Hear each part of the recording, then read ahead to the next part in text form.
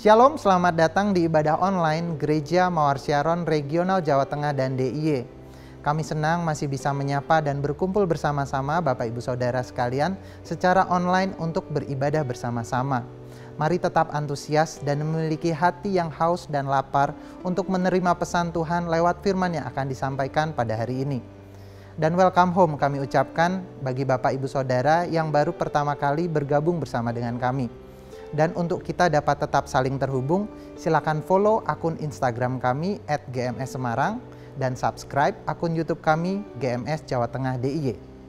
Bagi Bapak Ibu Saudara yang membutuhkan dukungan doa atau komunitas rohani, silakan menghubungi kami melalui nomor WA 08222 30390. Memberikan persembahan adalah bagian dari ibadah kita. Bagi Anda yang akan memberikan persembahan dapat melakukannya dengan cara transfer ke nomor rekening seperti yang tertera di layar. Atau Anda juga dapat scan QR Code melalui aplikasi dompet digital yang Anda miliki. Dan bagi Anda yang ingin terlibat dalam proyek renovasi GMS Semarang, dapat memberikannya dengan cara transfer ke nomor rekening berikut ini.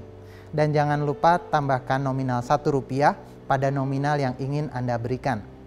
Sebelum beribadah, mari kita berdoa terlebih dahulu. Bapa, kami mengucap syukur buat kasih karunia-Mu dalam kehidupan kami.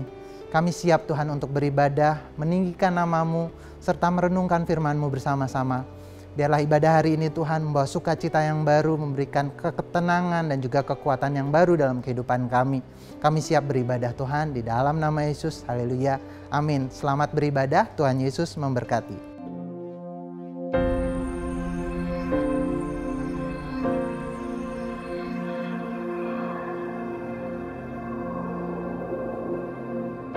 Orang yang suka memuji akan kuat roh doanya.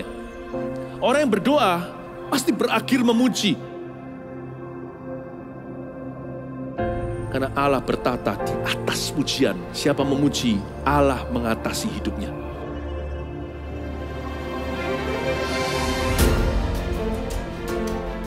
The Year of Praise, tahun pujian menjadi sebuah petualangan yang tiada dua. Menjadi sebuah pelajaran hidup yang langsung dari Kristus. Menjadi sebuah pengalaman yang indah. Waktu kita memuji Tuhan, seluruh kerajaan itu berdiri di sampingmu. Waktu kita memuji, seluruh kerajaan Allah dan kereta-keretanya yang tidak kelihatan berkuda dan berapi-api itu berada di kanan kiri. Semakin fisik kita lemah, roh kita semakin memuji Tuhan. Semakin jasmani kita terbatas, semakin rohani kita tidak boleh dibatasi.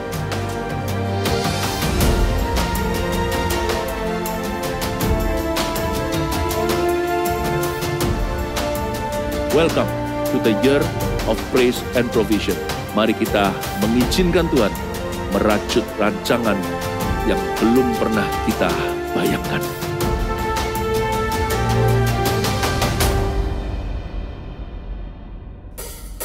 Shalom Bapak Ibu Saudara sekalian, mari sama-sama kita mau berikan yang terbaik buat Tuhan. Kita memuji dan menyembah Tuhan.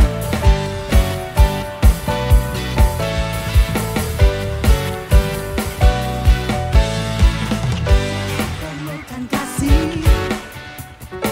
yang sejati tiada pernah berubah, hanya di dalam-Mu Yesus Tuhanku. Kasih yang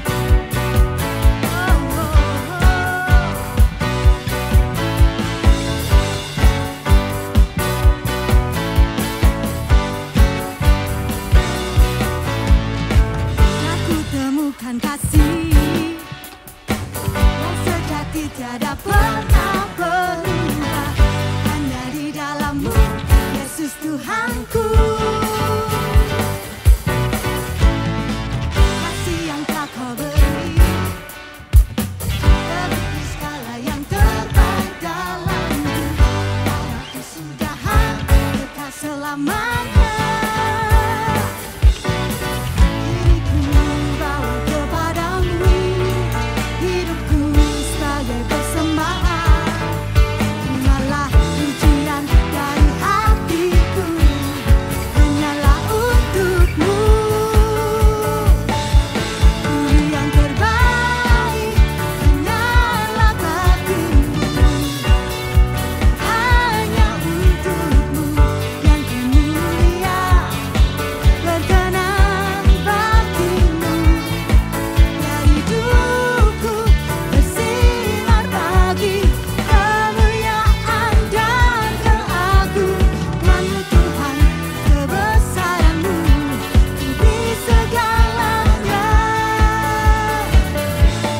Beri yang terbaik.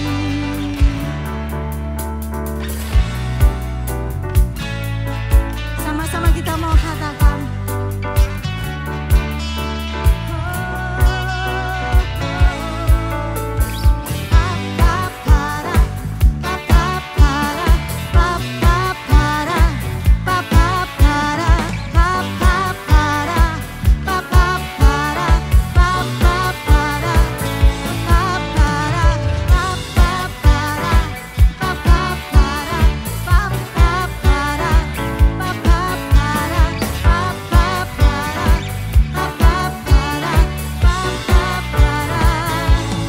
beri yang terbaik, hanyalah bagimu.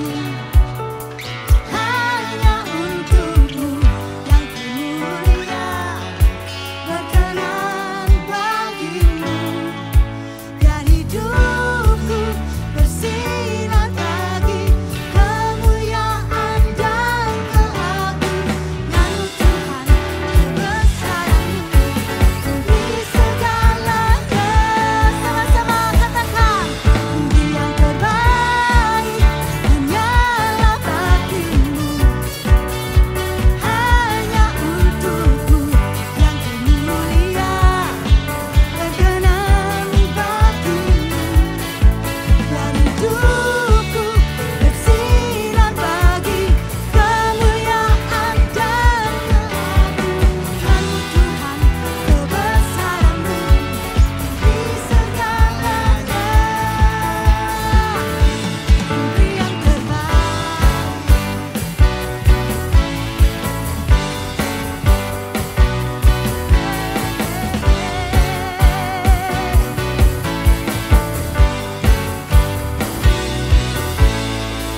Kami mau berikan yang terbaik bagi-Mu Tuhan, sebab Engkau adalah Allah yang setia dan benar.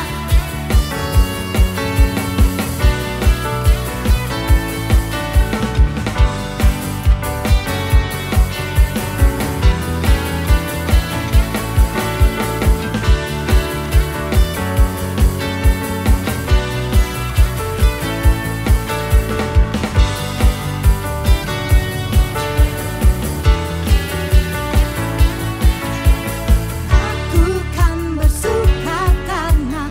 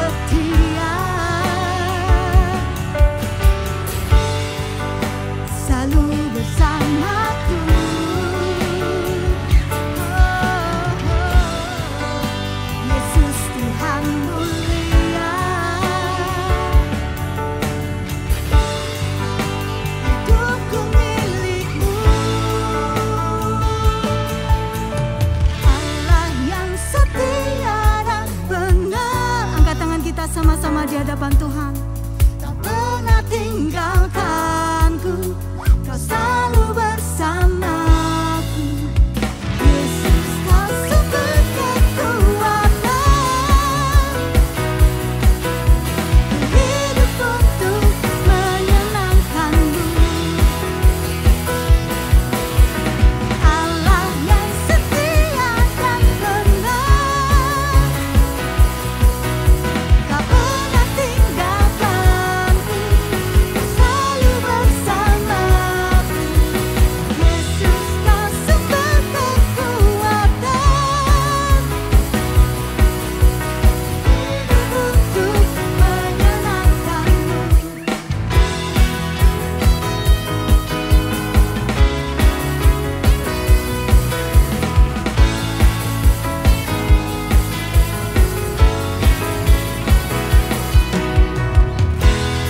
Haleluya Tuhan. Shalom Bapak Ibu Saudara, memasuki bulan yang baru adalah waktu bagi kita membawa persembahan persepuluhan ke hadapan Tuhan. Dan ada 3 kebenaran yang penting mengenai persepuluhan. Yang pertama adalah prioritas. Ketika kita menerima berkat dari Tuhan lewat pekerjaan kita, sebelum kita menggunakan untuk keperluan lain, kita bawa 1/10 ke hadapan Tuhan. Berbicara mengenai prioritas. Yang kedua berbicara mengenai ketaatan kepada firman Tuhan. Alkitab mengajarkan kepada kita, bawalah persembahan persepuluhan ke rumah Tuhan supaya ada makanan di sana. Dan ketika kita taat mengerjakannya, saya meyakini akan diiringi dengan penggenapan janji Tuhan dalam hidup kita. Dan ketiga berbicara mengenai iman percaya kita kepada Tuhan. Meskipun kita yang bekerja, berjerih payah, tetapi kita meyakini Tuhanlah yang memberkati kita. Dialah sumber berkat. Oleh karena itu mari bawa persembahan persepuluhan kita dengan pengertian yang benar, dengan hati yang penuh ucapan syukur. Saya akan pimpin di dalam berdoa. Tuhan, terima kasih buat berkat dan anugerah-Mu dalam hidup kami di area pekerjaan, di area keuangan. Oleh karena itu Tuhan, dengan pengertian yang benar hari ini, hati yang memprioritaskan Tuhan di area keuangan. Yang kedua Tuhan, ketaatan kami kepada Tuhan. Dan yang ketiga, iman percaya kami bahwa Engkau adalah sumber berkat. Kami bawa persembahan persepuluhan ke hadapan Tuhan. Berkati umat-Mu Tuhan yang taat membawa persembahan ini. Engkau limpahkan dengan kasih karunia sehingga pekerjaan, entah bisnis atau karir, umat-Mu diberkati. Dan ketika mereka jadi berkat, mereka Tuhan bisa menyelesaikan kehendak dan rencana Tuhan. Kami bawa persembahan persepuluhan ini dengan hati yang penuh dengan ucapan syukur. Di dalam nama Tuhan Yesus kami berdoa dan mengucap syukur. Haleluya.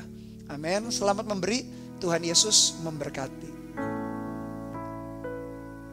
Terima kasih Tuhan buat mujizat-Mu Tuhan di dalam setiap kehidupan kami. Sungguh terbatas kuasaku, pengharapanku seturut yang kulihat, hingga ku masuk ke hadirat-Mu. Kau tunjukkan duniamu,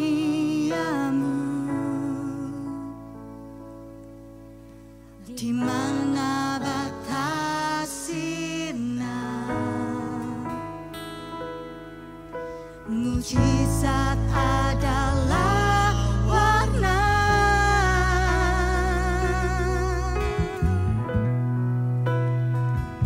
Mujizat-Mu membuat yang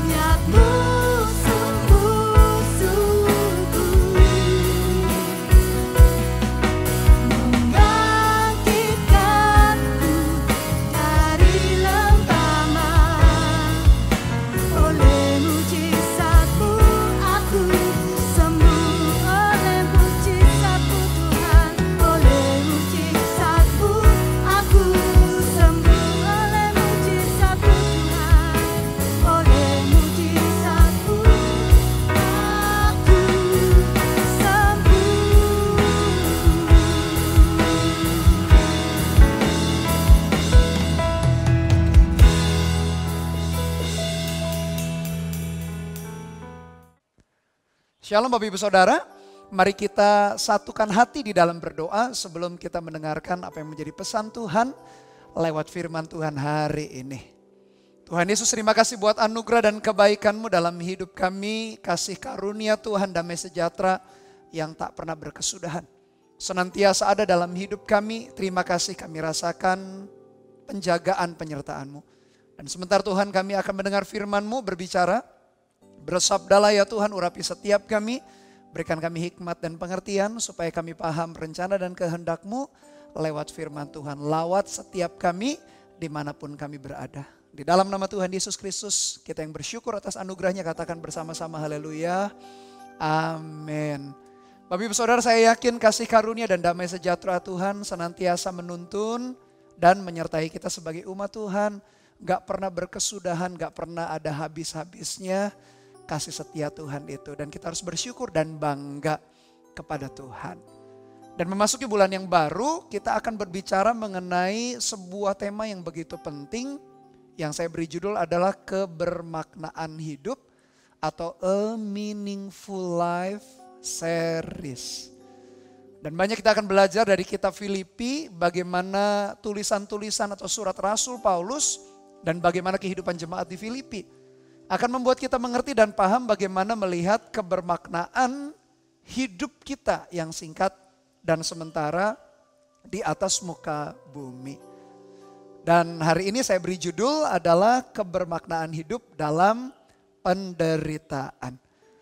Mari kita langsung lihat Filipi pasal yang pertama. Kita perhatikan ayat demi ayat. Saya menjelaskan karena begitulah caranya bagaimana kita merenungkan firman.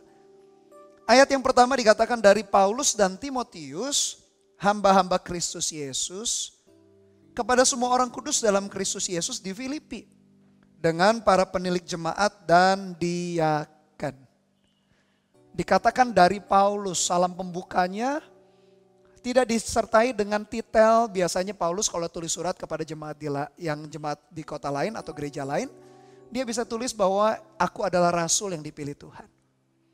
Tapi kepada jemaat di Filipi seolah-olah lebih informal, lebih santai, tidak perlu menggunakan titel untuk menekankan bahwa Paulus punya otoritas kepemimpinan di dalam jemaat. Dan kalau kita pelajari memang jemaat Filipi dengan Paulus memiliki hubungan yang sangat indah, yang sangat manis. Beda dengan beberapa jemaat atau gereja di kota lain, misalnya di kota Korintus. Kota Korintus bahkan tidak percaya atau sedikit curiga dengan apa yang dilakukan Paulus. Dan alangkah indahnya hubungan yang begitu manis, begitu mesra antara pemimpin dengan jemaat yang dipimpin. Sehingga Paulus langsung menyambut tanpa menyebutkan titel bahwa dia seorang pemimpin atau rasul. Bukankah hubungan yang begitu indah? Bukankah hubungan yang begitu luar biasa? Kalau kita tinggal di dalam sebuah komunitas dan terjadi ikatan kasih mesra, kasih yang tulus. Bukan karena ada motivasi yang lain, secara politik lah ingin memanfaatkan, ingin menghancurkan. Bukankah sesuatu hubungan yang indah ketika segala macam pihak atau minimal dua pihak antara pemimpin dengan yang dipimpin memiliki hubungan saling percaya, berjalan dalam kasih anugerah Tuhan. Demikianlah gambaran Paulus dengan jemaat di Filipi. Sehingga apa yang nanti dituliskan oleh Paulus kita bisa paham dan mengerti bagaimana meskipun memasuki masa-masa yang sukar, masa-masa yang sulit, tetap bisa melihat bagaimana ada kebermaknaan hidup di sana. Bahkan Paulus katakan dari Paulus dan Timotius. Timotius yang bukan rasul, anak rohani, seolah-olah disejajarkan dengan Paulus. Begitulah atmosfer atau culture kerajaan sorga. Pemimpin yang terdahulu pasti rindu mengangkat orang-orang lain untuk bisa semahir, sehebat pendahulunya. Begitulah kerinduan kita. Kalau kita sukses berhasil di marketplace, kalau kita berhasil dalam pelayanan, kalau kita memegang posisi tertentu yang penting, keberhasilan kita sebetulnya bukan hanya kesuksesan bagi diri kita sendiri. Tetapi bagaimana kita menuntun dan mengangkat orang lain juga untuk mereka mengalami keberhasilan dan kesuksesan. Bahkan dicatat hamba-hamba Kristus Yesus kepada semua orang kudus dalam Kristus Yesus di Filipi. Paulus tidak menyebutkan titelnya sebagai rasul, sebagai pemimpin. Dia menyimpulkan bahwa dia dengan Timotius anak rohaninya adalah hamba Kristus Yesus. Bapak Ibu Saudara, kita perlu menyadari bahwa sehebat apapun posisi kita, sehebat apapun pencapaian yang kita buat, kita menyadari posisi kita di hadapan Tuhan adalah hamba. Mungkin di antara kita bingung, Pastor Bernard, kita ini hamba atau anak ya? Benar, kita posisi kita anak, tetapi ingat fungsi hamba. Hamba identik dengan yang melayani. Hamba identik dengan melakukan agenda seorang pribadi yang dianggap menjadi tuan. Saya berharap jemaat tidak bingung antara posisi kita anak, fungsi kita sebagai hamba atau hati hamba. Karena dalam Alkitab kita secara konsisten berulang kali dijelaskan bagaimana anak Tuhan harus punya hati seorang hamba. Paulus dipakai Tuhan, Timotius dipakai Tuhan. Tapi mereka menyimpulkan secara fungsi mereka adalah hamba-hamba Kristus Yesus. Ada 3 tuan sebetulnya yang kita bisa pilih di dunia ini Bapak Ibu Saudara. Yang pertama tentu saja Tuhan Yesus. Yang kedua diri sendiri. Yang ketiga tentu saja kuasa gelap atau setan. Kita bisa memilih kepada siapa kita akan mengabdi. Tuan kita siapa? Kepada Yesus kah? Kepada diri sendiri kah ketika kita mengejar segala sesuatu untuk pencapaian diri sendiri, hawa nafsu kita, sebatas apa yang kita inginkan saja, gak peduli orang lain, gak peduli Tuhan. Yang penting aku dan aku. Berarti kita menganggap diri kita sendiri Tuhan. Atau kepada kuasa kegelapan atau setan. Ketika kita mengabaikan firman Tuhan, kehendak Tuhan, bahkan melakukan yang berkebalikan, melakukan dosa, kita sudah menghambakan diri kepada setan atau kuasa kegelapan. Pada akhirnya kita harus memilih siapakah Tuhan yang kita sembah. Kepada siapakah kita menghambakan diri. Tapi saya berdoa, tapi saya dorong kepada kita semua, jadilah hamba-hamba Kristus Yesus. Mau kita kerja di marketplace, mau kita punya bisnis, mau kita seorang student, mau apapun level kehidupan kita, fungsi kita adalah hamba. Ingat, hati hamba adalah seseorang yang akhirnya mengerti bahwa dia memiliki Tuhan dan agenda Tuhannya itulah yang perlu diselesaikan. Ayat yang kedua, kasih karunia dan damai sejahtera dari Allah Bapa kita dan dari Tuhan Yesus Kristus menyertai kamu. Dalam surat-surat Paulus selalu ada 2 hal ini yang selalu ditulis bersamaan. Seolah-olah seperti 2 sisi dari satu mata uang logam yang tidak bisa dipisahkan. Yaitu kasih karunia dan damai sejahtera. Kalau kita perhatikan surat-surat Paulus yang lain, bukan hanya kepada jemaat di Filipi, kepada jemaat di Korintus, Efesus, dan surat-surat yang lain, 2/3 Alkitab kita perjanjian baru berisi surat-surat Paulus kepada jemaat gereja waktu itu. Selalu Paulus berbicara mengenai kasih karunia dan damai sejahtera. Kenapa ya? Tidak ditulis saja berkat dan kesehatan, kemakmuran dan kesuksesan, keberhasilan dan kemenangan. Kenapa gak ditulis hal-hal itu saja? Karena kita perlu menyadari dalam hidup kita, kadang kita mengalami sakit penyakit, kadang kita mengalami tekanan, kadang kita mengalami masalah, himpitan. Sehingga yang perlu ditulis adalah kasih karunia. Kasih karunia itu berarti penyertaan Tuhan, berarti anugerah Tuhan. Berarti pemberian Tuhan yang memampukan kita menang melewati segala macam situasi yang sulit.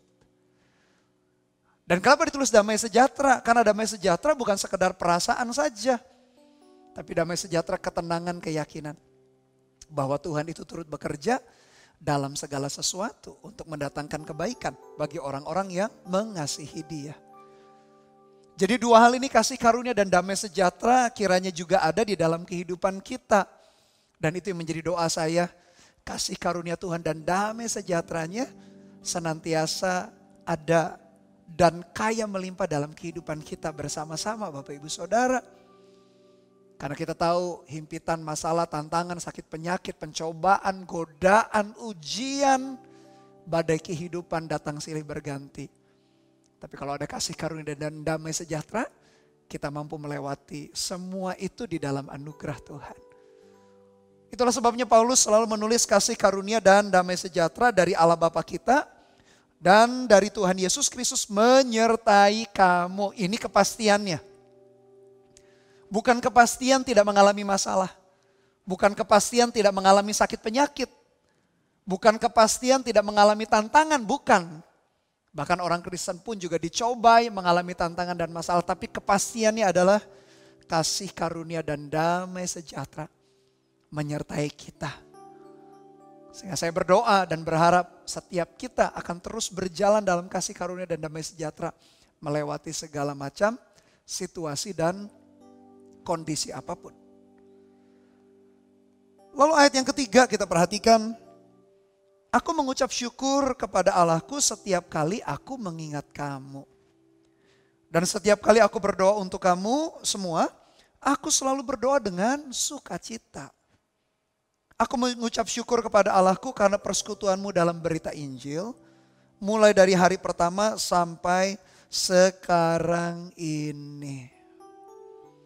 Surat Filipi salah satu surat-surat terakhir yang Paulus tulis, bahkan dalam penjara, dalam kondisi yang gak mudah.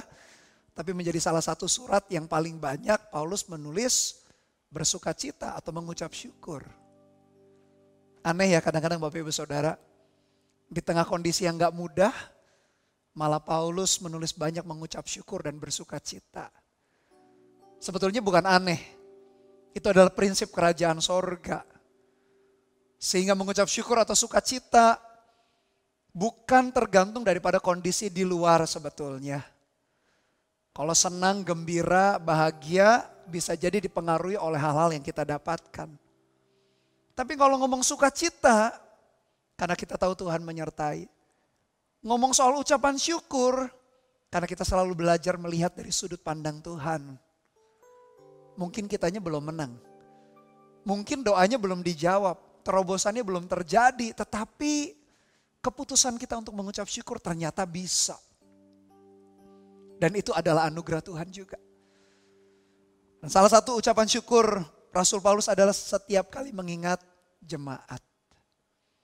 Bapak Ibu Saudara, kalau kita diingat oleh orang lain, kita sebagai anak diingat oleh orang tua, kita sebagai orang tua diingat oleh anak, sebagai suami diingat istri, istri diingat suami, kita diingat oleh orang lain, sesama hamba Tuhan, sesama anggota CG atau jemaat, atau diingat partner bisnis, atau diingat pegawai kita, atau diingat bos kita kalau kita seorang karyawan. Kira-kira menurut Bapak Ibu Saudara apa yang mereka ingat mengenai kita ya? Apakah sesuatu yang menyedihkan? Sesuatu yang disesali? Sesuatu yang tidak enak ketika mereka mengingat kita atau sebaliknya? Sesuatu yang membahagiakan, sesuatu yang membanggakan. Bukan berarti manusia bisa sempurna atau harus sempurna. Tapi minimal kita belajar bertumbuh.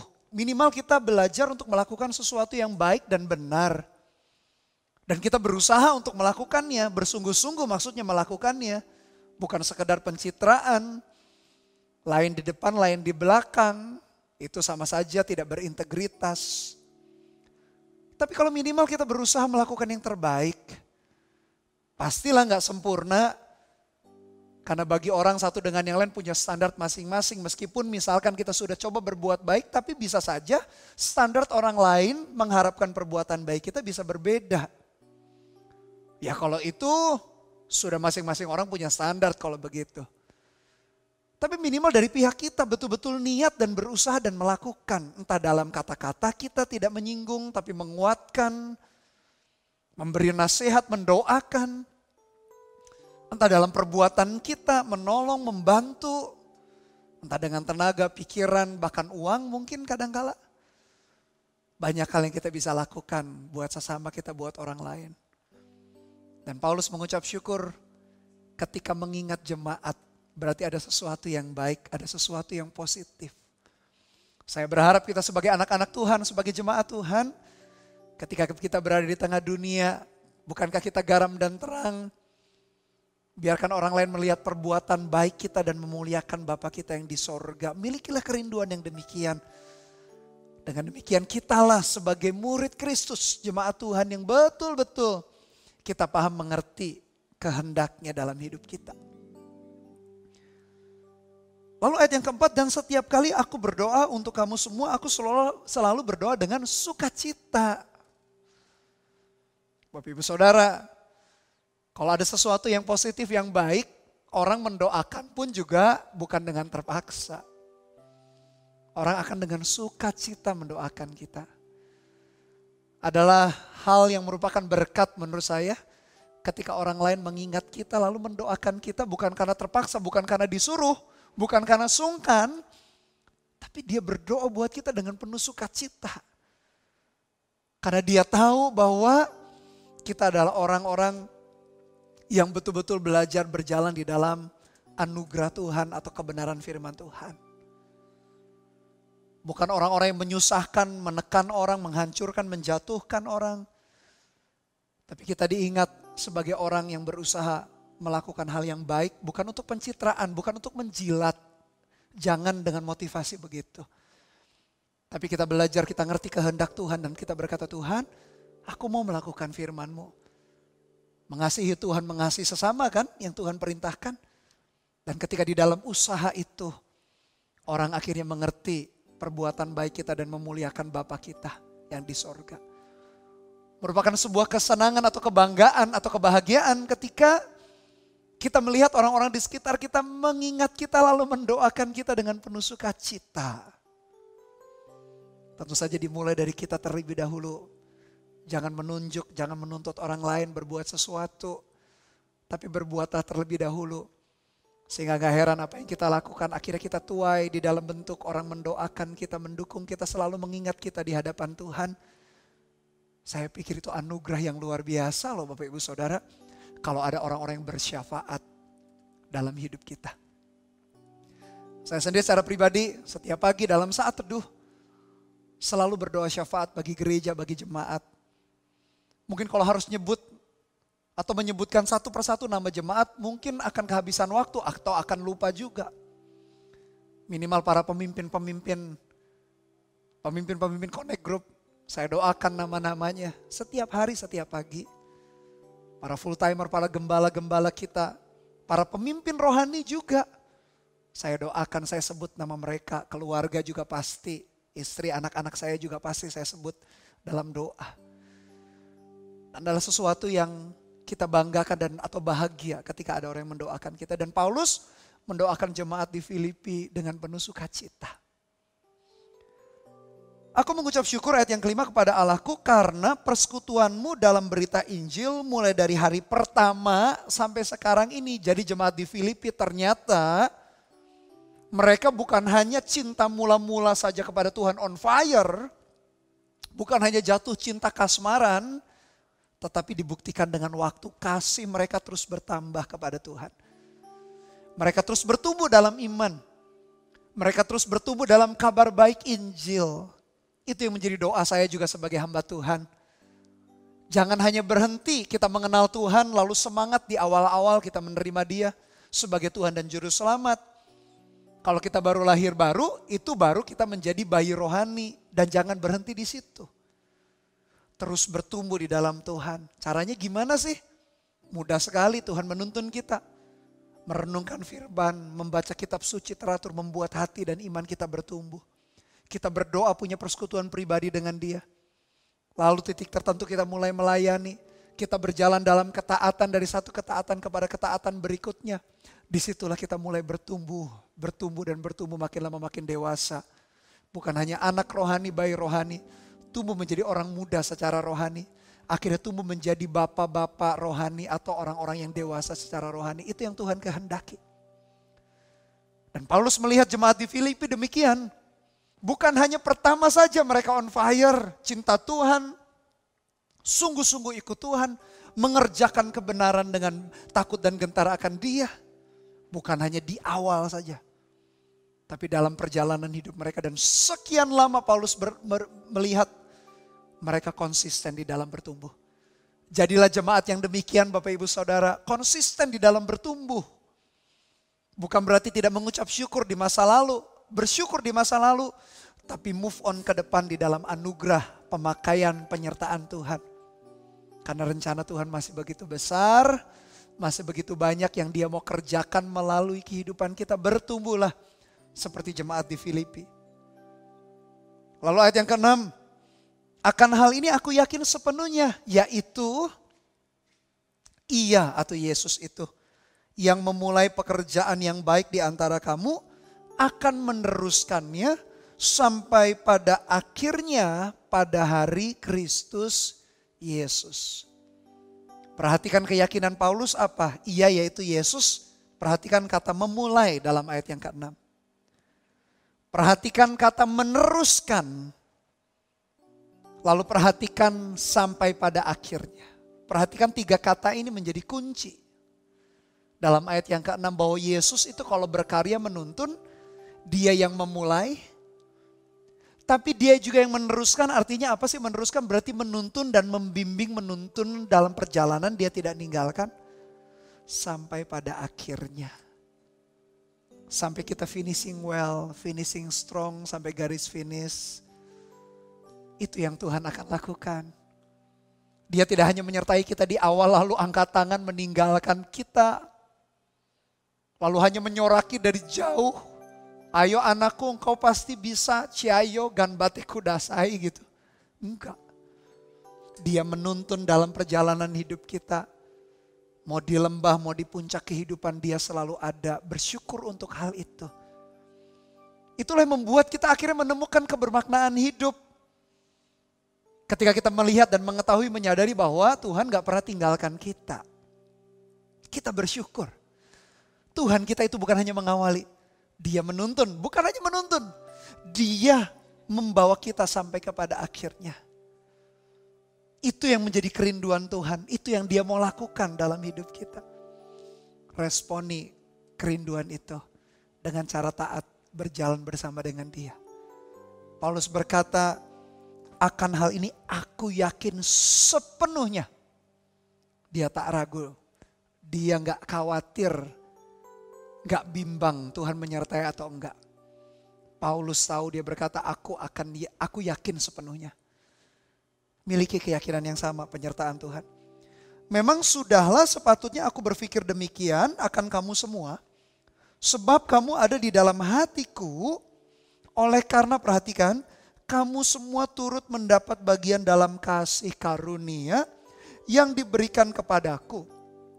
Baik pada waktu aku dipenjarakan, maupun pada waktu aku membela dan meneguhkan berita Injil. Sebab Allah adalah saksiku betapa aku dengan kasih mesra Kristus Yesus merindukan kamu sekalian. Perhatikan kalimat ini, ayat 7 menarik sekali, dikatakan kamu semua turut mendapat bagian dalam kasih karunia. Kalau kita ingat kasih karunia, kadang kita hanya berpikir satu sisi saja, doa yang dijawab, mujizat yang terjadi, kesembuhan yang diterima, menjadi orang yang tepat di waktu yang tepat, melakukan hal yang tepat, ya itu pun kasih karunia. Tapi Paulus berkata, kamu mendapat kasih karunia dalam, katanya, yang diberikan kepadaku, baik pada waktu aku di penjara, maupun pada waktu aku membela dan meneguhkan berita Injil. Paulus mau menjelaskan jemaat di Filipi, menyadarkan mereka, yang kamu lakukan ketika support Paulus memberitakan Injil, ketika Paulus di penjara, jemaat itu support, itu adalah kasih karunia. Jadi kalau kita melakukan fungsi kita memperhatikan orang lain, kita menguatkan mereka yang lemah, kita memberitakan Injil, kita mendukung apa yang menjadi visi dan kehendak Tuhan melalui gerejanya. Tahu gak Bapak Ibu Saudara? Itu pun adalah jenis kasih karunia loh. Jadi kasih karunia bukan hanya apa yang kita dapat. Bukan apa yang kita ambil. Bukan hanya apa yang kita terima. Mujizat, kesembuhan, terobosan. Ya itu pun pemberian Tuhan, kasih karunia. Tapi kasih karunia juga berbicara mengenai apa yang kita bisa lakukan buat orang lain. Ketika Paulus waktu itu di penjara, jemaat support. Ketika Paulus harus meneguhkan, membela berita Injil, jemaat pun juga mendukung. Bahkan jemaat di Filipi pun jemaat yang rajin memberitakan Injil, melayani satu dengan yang lain. Paulus berkata, itu pun kasih karunia. Jadi kalau hari ini kita diberi kesempatan memberitakan Injil, hari ini diberi kesempatan untuk melayani orang, mendoakan orang sakit, memberi nasihat orang yang lemah, mengkonselingi orang-orang yang tertekan, orang yang mau bercerai, anak-anak muda yang hilang pengharapan, orang-orang yang susah dan terlantar, kita perhatikan mereka dengan perbuatan baik kita. Kita tuntun seorang demi seorang untuk mengenal Yesus sebagai Tuhan dan Juru Selamat. Tak letih-letih kita melakukan hal itu. Kita berpikir apa yang kita bisa lakukan, apa yang kita bisa beri. Dengan tenaga kita, dengan kepandaian, dengan waktu, dengan sumber daya, dengan talenta, dengan koneksi yang kita miliki. Kita berpikir aku mau berbuat sesuatu. Itu adalah kebermaknaan hidup dan itu adalah jenis kasih karunia, kata Rasul Paulus. Jadi kalau hari ini kita sudah melakukan yang demikian, saya encourage, saya dorong, saya dukung, menguatkan Bapak Ibu Saudara, terus kita lakukan bersama-sama ya.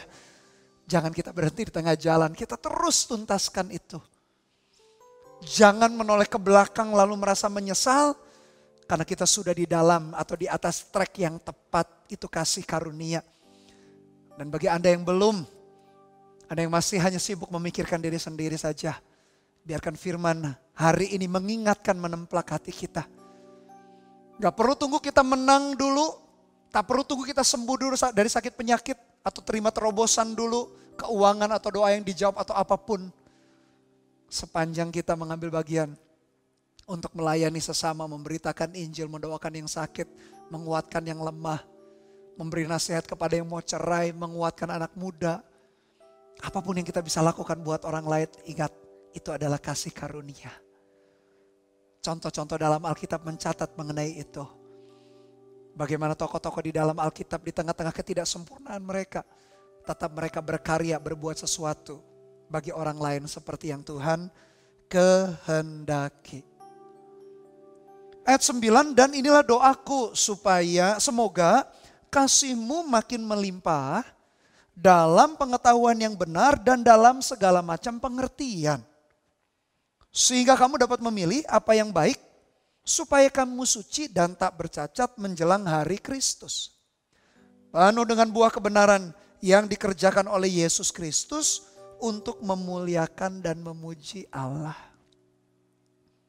Paulus berdoa supaya jemaat di Filipi kasihnya melimpah, tapi dalam pengetahuan dan pengertian yang benar. Itu yang menjadi doa saya juga bagi Bapak Ibu Saudara jemaat Tuhan. Kasih-Mu melimpah, tapi ada pengetahuan, ada pengertian. Karena tanpa itu, tanpa pengertian, bisa jadi kasih kita disalahgunakan. Bisa jadi kasih yang kita berikan tidak tepat.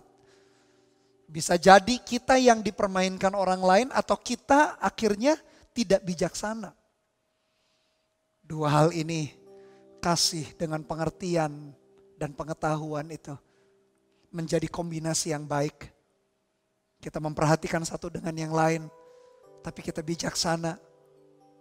Kita melakukan apa yang bisa kita mengangkat orang lain, tapi juga kita tidak dipermainkan. Kedua hal ini bergandengan tangan, saling bersinergi, berkolaborasi. Supaya dikatakan Paulus bilang, kita dapat memilih apa yang baik, supaya kamu suci dan tak bercacat. Penuh dengan buah kebenaran. Kalau sebuah pohon berbuah, buah itu dinikmati oleh pihak lain. Berbuah artinya ciri atau tanda sebuah pohon itu memang matang dan dewasa. Sehingga berbuah. Sehingga prinsip yang sama dipakai di dalam Alkitab kita. Berulang-ulang dikatakan kita memang perlu harus berbuah. Bukan harus yang dipaksakan, maksudnya itu target kita. Karena kalau kita bertumbuh makin lama makin dewasa, pasti kita menghasilkan buah. Buah itu berarti kehidupan kita bisa dinikmati oleh orang lain. Apa yang dinikmati sih? Kebaikan. Apa yang dinikmati sih? Doa-doa kita bagi orang lain. Pertolongan, nasihat kita.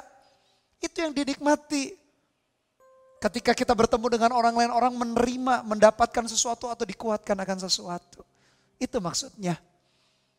Ada hal-hal yang baik yang Tuhan taruh dalam hidup kita. Dan itu kita bisa salurkan kepada orang lain. Tapi tanpa pengertian, tanpa pengetahuan yang benar, kasih kita pun bisa disalah mengerti orang lain. Atau kita tidak bijaksana. Kita pikir memperhatikan orang lain, tapi kita nggak bijaksana. Yang kita perhatikan misalnya lawan jenis, akhirnya jatuh di dalam dosa perselingkuhan karena kita nggak bijaksana. Karena ketika ada perhatian, ada ikatan jiwa. Nah, hati-hati di situ, perlu pengetahuan dan pengertian. Atau orang lain memanfaatkan kita. Karena kita hanya polos-polos begitu saja, tulus-tulus begitu saja. Dan akhirnya orang memanfaatkan kita. Ketika kita dimanfaatkan karena kita nggak punya pengertian dan pengetahuan, akhirnya kita berpikir, jangan-jangan salah ya saya berbuat baik. Akhirnya kita tidak lagi melakukan perbuatan baik atau perbuatan kasih itu. Dibutuhkan pengetahuan, pengertian yang benar. Sehingga kita tidak terjebak dengan hal-hal yang keliru. Bapak Ibu Saudara, saya berdoa kita semua bertumbuh dan penuh dengan buah-buah kebenaran. Itu yang jadi doa saya juga bagi Bapak Ibu Saudara sekalian. Anda menjadi jemaat yang bertumbuh dan melimpah dengan buah-buah kebenaran. Orang lain tahu bahwa Tuhan menyertai kita. Orang lain tahu bahwa kita betul-betul dipakai Tuhan untuk memberkati, menguatkan, menghibur, mengangkat hidup mereka. Yang sudah putus asa, yang sudah menyerah. Sudah di ujung pengharapan mereka, nyaris mereka sudah satu titik lagi, sudahlah ninggalkan Tuhan. Di situ kita seret mereka kembali atau tarik mereka kembali kepada jalan Tuhan, jalan pengharapan itu. Ayat 12, aku menghendaki saudara-saudara supaya kamu tahu bahwa apa yang terjadi atasku ini justru telah menyebabkan kemajuan Injil. Apa yang terjadi sih? Lihat ayat 13. Sehingga telah jelas bagi seluruh istana dan semua orang lain bahwa aku dipenjarakan karena Kristus. Apa yang terjadi atas Paulus? Dia dipenjara. Kenapa dia dipenjara? Karena dia memberitakan Injil. Tetapi penjara sekalipun tidak dapat menghentikan langkah hidup seseorang yang tahu hidupnya itu dipilih Tuhan, dipanggil Tuhan. Sehingga dia menemukan kebermaknaan hidup meskipun dalam penderitaan. Meskipun dalam penjara, meskipun dalam kesukaran. Orang-orang yang menemukan panggilan Tuhan, orang-orang yang menemukan kebermaknaan hidup karena Tuhan memanggil dia. Dalam penjara sekalipun tidak membuat dia mati langka atau mati kutuk. Tapi dia terus bergerak di dalam anugerah Tuhan. Dia terus bergerak menyelesaikan panggilan Tuhan. Dia terus bergerak karena dia tahu Tuhan menyertai. Apapun kondisi tidak menghimpit, tidak memenjarakan dia. Bahkan dikatakan apa yang terjadi atasku telah menyebabkan kemajuan Injil. Heran sekali orang di penjara ditekan, dibatasi ruang lingkupnya. Justru makin maju, makin advance. Kok bisa? Rasul Paulus mengerti. Di tengah-tengah kesukaran dia bisa menemukan kebermaknaan hidup. Di tengah-tengah kesulitan dia tetap kuat di dalam panggilan hidup. Orang yang menemukan hidupnya berguna dan berarti. Karena itu kalau kita egois, kita akan makin terpuruk. Karena akhirnya kita berhenti, kita melihat semua untuk diri kita. Tapi ketika kita melihat semua yang Tuhan mau atau taruh dalam hidup kita juga bukan hanya untuk diri kita saja. Tetapi untuk menyelesaikan kehendaknya, untuk kita menolong membantu orang lain. Itu seperti kekuatan dari dalam hati kita, seperti api yang menyala-nyala yang gak bisa dipadamkan kalau istilah Nabi Yeremia. Dan terus akan bergerak. Itulah sebabnya pemenjaraan Paulus tidak membuat dia tak berkutik, tak berdaya. Sebaliknya, Injil itu tambah maju. Dan di situ kita melihat kebermaknaan hidup atau hidup yang penuh arti. Meskipun di tengah-tengah penderitaan. Apa penjara hidup kita Bapak Ibu Saudara? Saya berdoa Tuhan menguatkan kita. Tengah-tengah masa sukar, masa krisis, masalah, tantangan, sakit, penyakit, himpitan, pencobaan atau badai kehidupan sekalipun. Tak sanggup membuat kita akhirnya terpuruk dan jatuh. Justru badai itu membuat kita makin maju di dalam banyak hal dalam hidup kita. Kita makin tajam, makin kreatif. Makin taat, makin kuat imannya, makin tidak goyah. Dan akhirnya kita menyadari ternyata hidup kita begitu berguna, bermakna. Orang yang menemukan kebermaknaan hidup tak akan mudah menyerah. Dalam situasi penderitaan, sukar pun. Dia akan terus maju, dia terus akan bertumbuh. Dia akan terus naik dari satu kemuliaan kepada kemuliaan yang lain. Bahkan Paulus menunjukkan bagaimana pemenjaraan dia mengakibatkan Injil makin maju. Itu yang saya doakan bagi kita semua, bagi Bapak Ibu Saudara. Semakin sukar, semakin sulit, semakin advance atau semakin maju, semakin mahir kita di dalam banyak hal. Saya berdoa itu anugerah Tuhan yang menyertai. Kasih karunia dan damai sejahtera menyertai kita. Ayat 14, dan kebanyakan saudara dalam Tuhan telah beroleh kepercayaan karena pemenjaraanku untuk bertambah berani berkata-kata tentang firman Allah dengan tidak takut. Wow. Pemenjaraan Paulus bukan hanya kemajuan Injil oleh Paulus saja, tapi dia telah menjadi inspirasi, telah menjadi contoh dan teladan. Kalau kita tertekan, lalu kita jatuh menyerah dalam masalah, apa yang kita bisa kasih contoh kepada orang lain? Ternyata orang Kristen, anak Tuhan, pelayan Tuhan juga sama. Bukan bermaksud untuk pencitraan, tapi kalau kita belajar Tuhan, aku tahu kekuatanku gak seberapa, dalam tantangan ini aku lemah. Tapi aku gak mau menyerah, aku gak mau putus asa. Aku mau berjalan terus dalam anugerah, kita belajar, kita minta Tuhan kasih aku kekuatan. Nah ketika kita berdoa demikian, Tuhan kasih dalam hati kita kekuatan. Lalu kita belajar terus bergerak. Kita gak menyerah dengan keadaan, kita gak putus asa padahal lagi sakit. Kita terus memberi, melayani padahal lagi ngalami masalah, problem, masa krisis. Kita terus berjalan dalam anugerah Tuhan padahal tekanan sana dan sini. Depan, belakang, kiri, kanan, atas, bawah kita digencet. Kita tertekan, dihimpit. Orang akan melihat, wow, dia dalam tekanan, dia dalam sakit pun mau doakan orang. Padahal dia sendiri belum sembuh, tapi dia doakan orang sakit. Dia sendiri lagi bergumul soal keuangan, tetapi dia mau memberi, mengasihi. Wow, orang akan berpikir, ketika dia dalam tekanan, dia tetap memberitakan Injil. Itu yang terjadi Bapak Ibu Saudara. Lewat pemenjaraan justru orang-orang lain bertambah berani. Karena lihat seseorang teladan yang namanya Rasul Paulus. Itu yang menjadi doa saya juga bagi Anda. Anda menjadi inspirasi bagi banyak orang. Ada yang orang memberitakan Kristus karena dengki dan perselisihan. Tetapi ada pula yang memberitakannya dengan maksud baik. Mereka ini memberitakan Kristus karena kasih. Sebab mereka tahu bahwa aku ada di sini untuk membela Injil. Tetapi yang lain karena kepentingan diri sendiri dan dengan maksud yang tidak ikhlas. Sangkanya dengan demikian mereka memperberat bebanku dalam penjara. Tapi tidak mengapa. Sebab bagaimanapun juga Kristus diberitakan. Baik dengan maksud palsu maupun dengan jujur. Tentang hal itu aku bersuka cita dan aku akan tetap bersuka cita. Ada orang-orang yang motivasinya gak tulus sih. Hanya pencitraan karena sungkan, karena takut gak diberkati. Banyaklah motivasi orang. Kenapa orang melayani, kenapa orang memberi, kenapa mau jadi pemimpin, melakukan misi dan lain sebagainya. Tapi biarkan firman ini menjadi cermin bagi kita. Kalau motivasi hati kita sudah lurus, sudah benar, pertahankan itu. Kalau motivasi kita salah, mulai melenceng, biarkan firman seperti cermin membuat kita kembali kepada jalur yang benar. Biarkan motivasi kita benar. Jujur kepada diri sendiri, jujur kepada Tuhan. Jujur kepada Tuhan itu maksudnya Tuhan sih maha tahu ya, kita gak jujur pun dia tahu hati kita. Tapi jujurlah kepada diri sendiri. Sangat sulit hidup ketika kita berbohong pada diri sendiri. Ayat 19, karena aku tahu bahwa kesudahan semuanya ini ialah keselamatanku oleh doamu dan pertolongan roh Yesus Kristus. Sebab yang sangat kurindukan dan kuharapkan ialah bahwa aku dalam segala hal tidak akan beroleh malu, melainkan seperti sedia kala demikian pun sekarang. Kristus dengan nyata dimuliakan di dalam tubuhku, baik oleh hidupku maupun oleh matiku. Dan ayat berikutnya, ayat yang terkenal, perhatikan.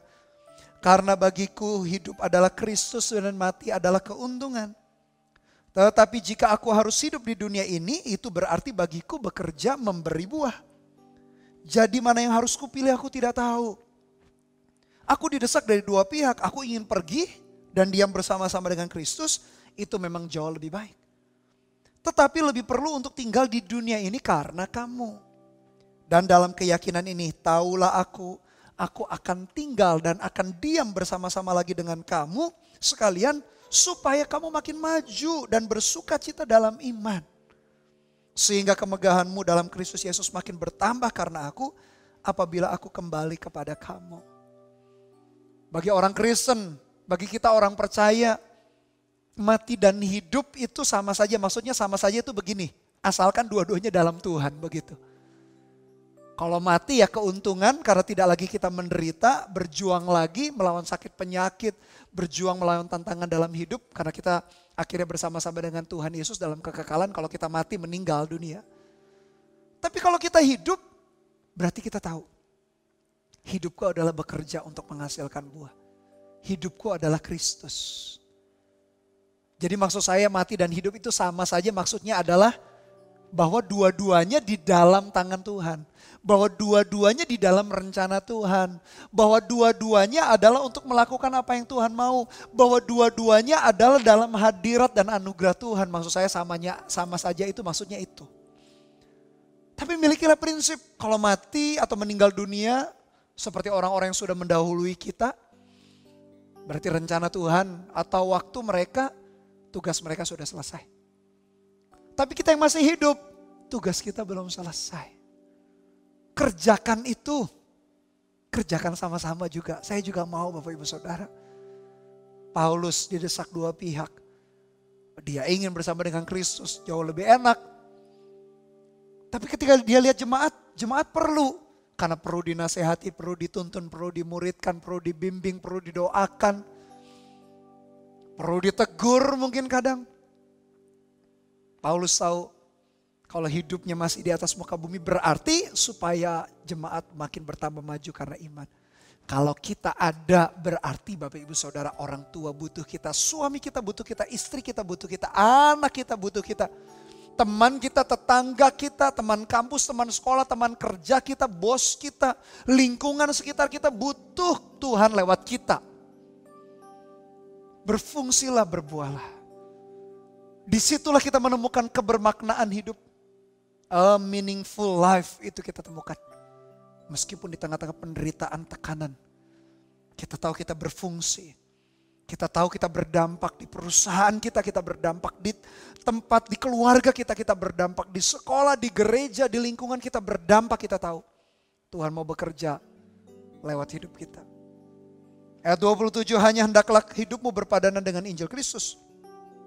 Supaya apabila aku datang, aku melihat. Dan apabila aku tidak datang, aku mendengar. Bahwa kamu teguh berdiri dalam satu roh, sehati sejiwa berjuang untuk iman yang timbul dari berita Injil. Dengan tiada digentarkan sedikit pun oleh lawanmu. Bagi mereka semuanya itu adalah tanda kebinasaan. Tetapi bagi kamu tanda keselamatan, dan itu datangnya dari Allah. Sebab kepada kamu dikaruniakan bukan saja untuk percaya kepada Kristus, melainkan juga untuk menderita untuk Dia. Dalam pergumulan yang sama seperti yang dahulu kamu lihat padaku dan yang sekarang kamu dengar tentang aku.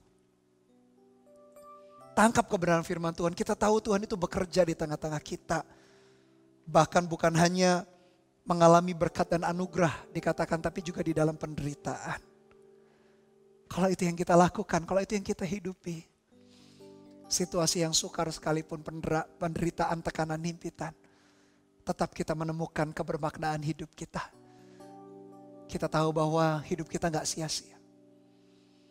Sepanjang Filipi yang pertama ada 3 aplikasi yang kita bisa terapkan. Yang pertama, percayalah ini Bapak Ibu Saudara, kasih karunia dan damai sejahtera Tuhan menyertai kita. Itulah yang diulang-ulang oleh Paulus di dalam suratnya. Bukan kekayaan, bukan keberhasilan, bukan kesuksesan. Karena hidup manusia, hidup orang Kristen juga ada tantangan, ada menderita, ada tekanan. Tapi kasih karunia berarti pemberian dari Tuhan. Berarti penyertaannya tak pernah habis. Damai itu keteguhan, keyakinan, ketenangan dalam hati. Dia gak pernah tinggalkan kita, itu yang membuat kita kuat. Bukan kekayaan, bukan terobosannya. Bukan kesembuhan, bukan kesehatannya dulu. Tapi ketika kita terima kasih karunia dan damai sejahtera. Aplikasi yang kedua, jadilah saksi Kristus dalam masa sukar. Masa sukar, masa kritis, masa sulit, itu justru waktu yang paling tepat untuk orang lain mendengar soal Tuhan Yesus.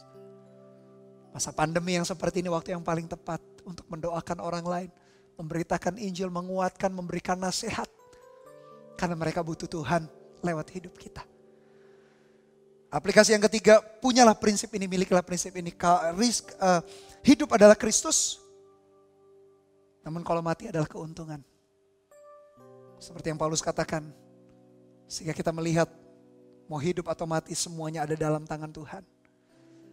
Kalau itu yang kita kerjakan, kita menemukan kebermaknaan hidup. Dan orang yang menemukan arti hidupnya atau kebermaknaan hidup, kegunaan hidupnya, orang itu akan terus bertumbuh dalam kasih karunia. Orang itu gak akan menyerah, gak mudah cepat putus asa. Dia akan terus bertumbuh dalam anugerah Tuhan. Itu yang menjadi doa saya. Temukan kebermaknaan hidup, kebergunaan hidup. Tuhan mau pakai kehidupan kita semua. Haleluya. Amin. Mari satukan hati kita di dalam berdoa. Tuhan, terima kasih buat anugerah-Mu. Di tengah kondisi sukar dan sulit, Engkau ada. Kasih karunia dan damai sejahtera menyertai kami. Bahkan di tengah-tengah penderitaan masa sukar sekalipun, kami bisa terus maju di dalam Tuhan. Bahkan Tuhan, kami menemukan kebermaknaan hidup sekalipun di tengah-tengah masa sukar, masa penderitaan, masa yang sulit. Pakai setiap kami, pakai umat-Mu Tuhan, dimanapun kami berada. Terima kasih ya Tuhan. Nyanyikan lagu ini bersama-sama, katakan, Kau melukis wajahku di hadapan-Mu dan mengukir namaku di telapak tangan-Mu sampai tuaku. Kau tetaplah Tuhanku yang akan selalu menggendong hingga putih rambutku. Kemurahan-Mu itu membuatku tertegun. Ku bulatkan hatiku mengikut-Mu. Haleluya. Ku angkat tanganku Yesus, memuji perbuatan-Mu. Sungguh tiada terukur kasih setia-Mu. Dalam naungan sayap-Mu ku mau terus menyembah-Mu. Kasih-Mu terukir di lubuk hatiku. Ini doa kami, iman kami kepadamu ya Tuhan. Nyanyikan dari awal, katakan, Kau melukis wajahku di hadapan-Mu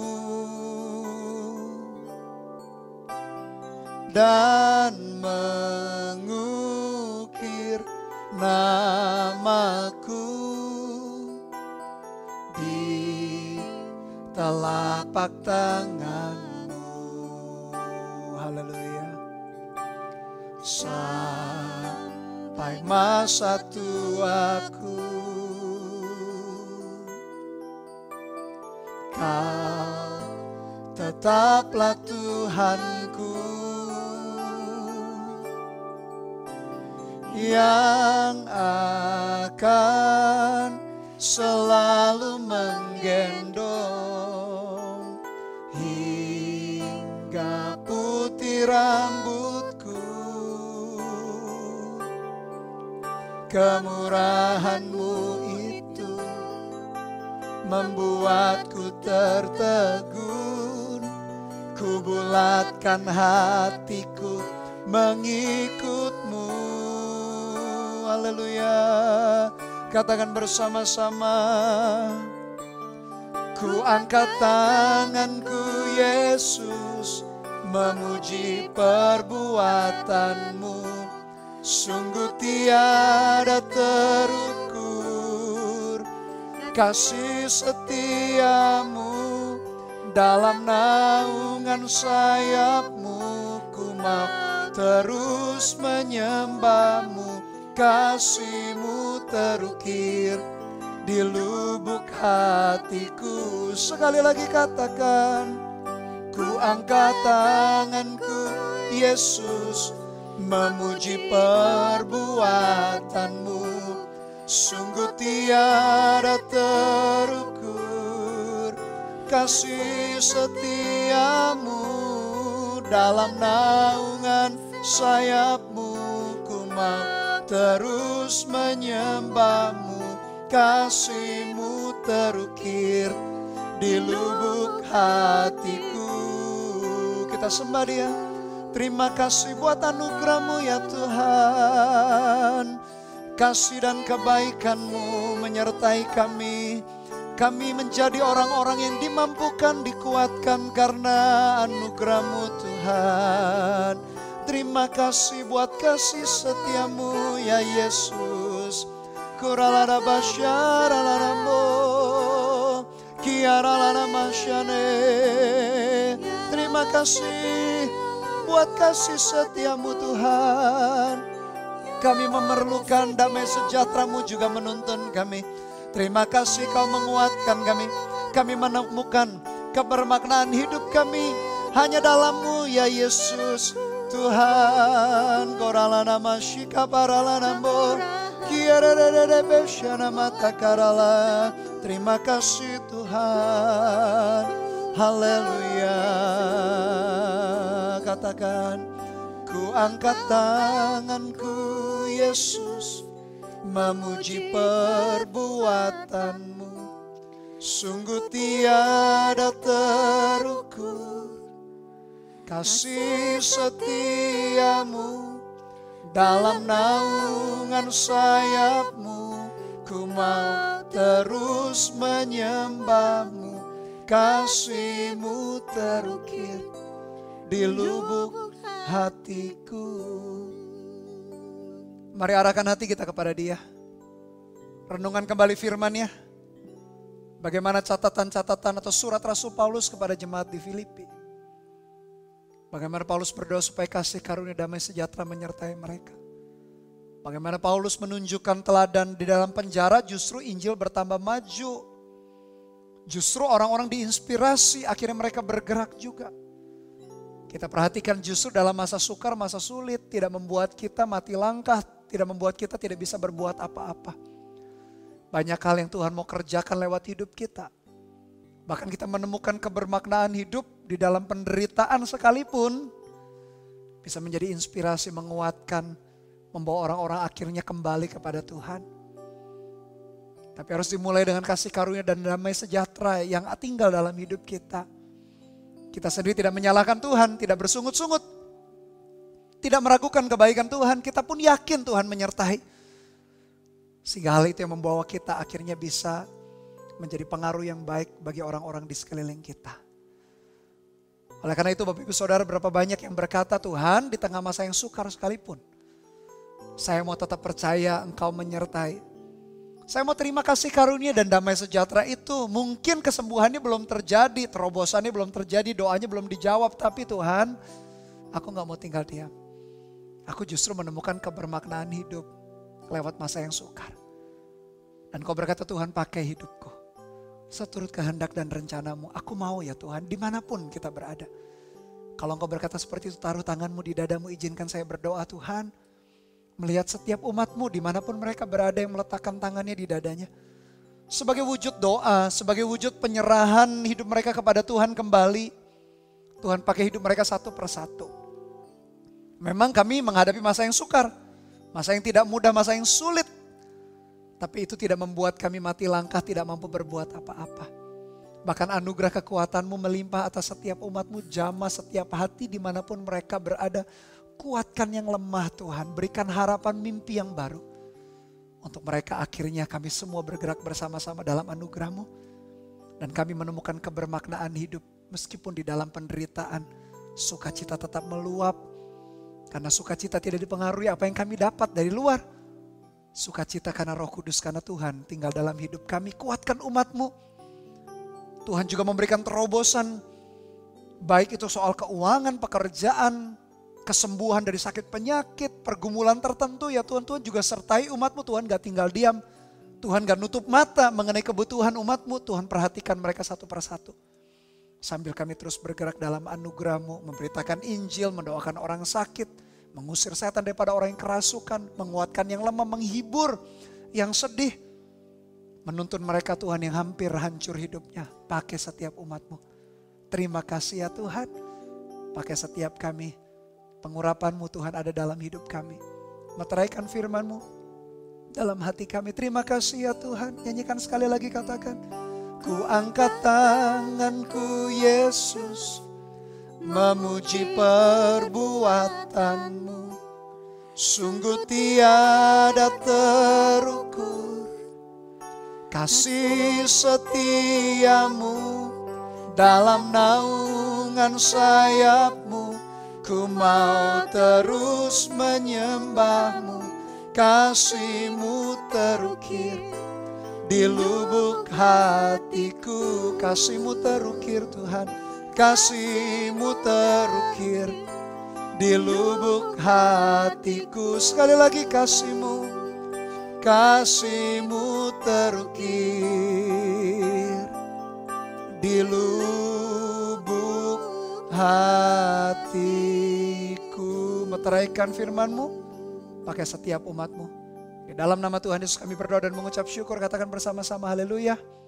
Amin. Bapak Ibu Saudara, kita bisa mendapatkan atau menemukan kebermaknaan hidup di tengah-tengah masa sukar sekalipun. Asal kasih karunia dan damai sejahteranya melimpah dalam hidup kita. Terus bertumbuh di dalam iman. Dan pada kesempatan kali ini pula, ini waktu yang terbaik bagi Bapak Ibu Saudara yang belum pernah menerima Tuhan Yesus sebagai Tuhan dan Juru Selamat pribadi, untuk Anda menerimanya. Atau bagi Anda yang sudah meninggalkan iman, sudah murtad daripada jalan Tuhan, tapi hari ini entah bagaimana Anda mengikuti ibadah ini. Kalau Anda mau juga kembali kepada Dia, sungguh-sungguh ikuti doa ini. Dengan segenap hati, doa yang simpel sederhana ini, katakan dengan imanmu, katakan demikian, Tuhan Yesus, hari ini saya menyadari saya adalah manusia yang berdosa. Ampuni segala dosa dan pelanggaranku. Sucikan dan kuduskan hidupku dengan darah-Mu yang kudus. Hari ini dengan mulut aku mengaku, dengan hati aku percaya bahwa Engkau adalah Tuhan dan Juru Selamat yang telah mati di atas kayu salib 2000 tahun lalu. Bangkit pada hari yang ketiga, terangkat ke sorga, dan sekarang duduk di sebelah kanan Allah yang Maha Mulia.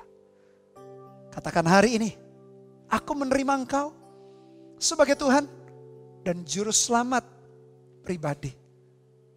Jadilah Tuhan, jadilah Raja, jadilah penguasa satu-satunya atas hidupku dari hari ini sampai selama-lamanya. Katakan juga, Tuhan Yesus, pakai hidupku di dalam rencana Tuhan. Katakan dalam nama Tuhan Yesus, haleluya. Amin. Puji Tuhan, bagi Bapak Ibu Saudara yang baru saja mengikuti doa tadi, Anda sedang memasuki perjalanan kehidupan yang baru. Dan Anda bisa klik link video di atas ini supaya Anda bisa dituntun untuk terus bertumbuh dalam iman. Izinkan kami memuridkan supaya Anda terus bertumbuh dan melayani bersama-sama dengan kami juga. Haleluya, kita akan akhiri ibadah kita dengan berdoa bersama-sama. Tuhan, terima kasih. Kami boleh beribadah kembali hari ini, memuji menyembah Tuhan, membawa persembahan, membawa perpuluhan juga, mendengarkan firman. Terima kasih ya Tuhan. Bahkan beberapa dari kami juga menerima Engkau sebagai Tuhan dan Juru Selamat. Adalah sebuah kasih karunia. Dan Hamba-Mu sebagai hamba Tuhan mengutus jemaat kembali ke marketplace Tuhan untuk menjadi garam dan terang dunia. Membawa orang-orang yang belum kenal Tuhan atau orang Kristen yang tak sungguh-sungguh hidupnya kepadamu Tuhan lewat hidup kami sebagai hamba-hamba Tuhan. Dan perhatikan, kedua tanganmu itu biarkan Tuhan pegang dengan tangan kanannya yang membawa kemenangan. Sehingga apapun juga yang kau kerjakan dengan kedua tanganmu dalam ketaatanmu kepada Dia, biarkan Tuhan buat berhasil. Pandang langit di atasmu biar menjadi sorga terbuka. Tanah di bawahmu menjadi tanah yang subur karena Tuhan menyertai. Dan biar mulai dari hari ini kasih anugerah dari Allah Bapa, kasih setia dari Tuhan Yesus Kristus dalam persekutuan, pengurapan Roh-Nya yang kudus menyertai kita. Dari hari ini sampai selama-lamanya. Di dalam nama Tuhan Yesus yang diberkati Tuhan, katakan bersama-sama haleluya. Amin. Tuhan Yesus memberkati.